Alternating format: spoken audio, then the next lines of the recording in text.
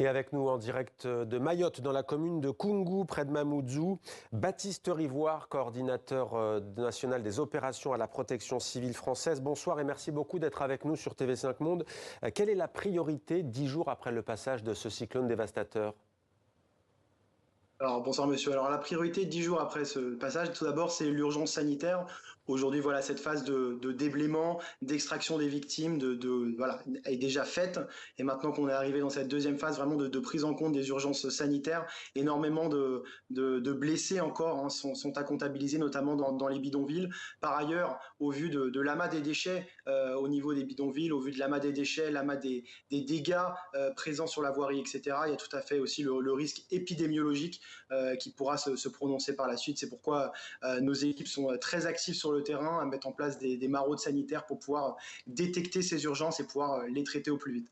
Par ailleurs, comme je l'ai dit, il y a énormément voilà, de déchets, énormément encore de travail de déblaiement à faire. Et donc, je pense que c'est aussi la deuxième urgence. Et puis, dernièrement, évidemment, la distribution d'eau et de denrées alimentaires qui aujourd'hui est en cours de structuration. Énormément de mairies ont déjà pu recevoir de l'eau, mais d'autres attendent encore de l'eau, d'autres attendent encore de la nourriture, etc. Donc je pense que c'est les trois urgences clés de ce cyclone. Sur le premier point que vous avez cité, la question sanitaire, l'hôpital de Mamoudzou, l'hôpital de campagne qui va être construit et prêt dès demain, en principe va soulager, on imagine, les soignants ?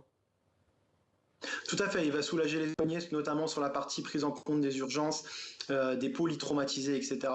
Malheureusement, toutefois, énormément de personnes, voilà, de par leur statut particulier, etc., ne veulent pas aller se faire soigner auprès de structures étatiques et auprès de structures voilà, recensées comme telles. C'est pourquoi ils restent dans leur bidonville, ils restent dans leur village avec un refus des soins. Et c'est d'ailleurs tout ce travail de ces maraudes qui vraiment vont vers les gens pour pouvoir détecter ces urgences.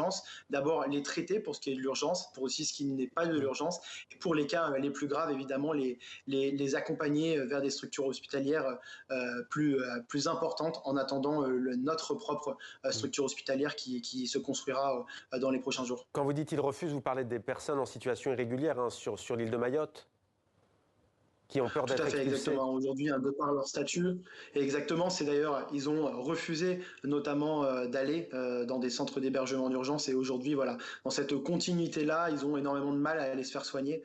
Et voilà, évidemment, ça pose des problématiques de santé publique puisque certains sont gravement blessés, avec des plaies importantes, avec des fractures ouvertes et se cachent encore dans leur bidonville. Qu'est-ce qui vous a frappé, vous, Baptiste Rivoire, en arrivant sur cette île dévastée ? Alors je pense que tout d'abord, évidemment, c'est le paysage. On est vraiment dans une situation où rien n'a été épargné. L'ensemble du paysage a été détruit. Les images le montrent. C'est vraiment une situation catastrophique, tant par l'étendue des dégâts et tant par la violence des dégâts.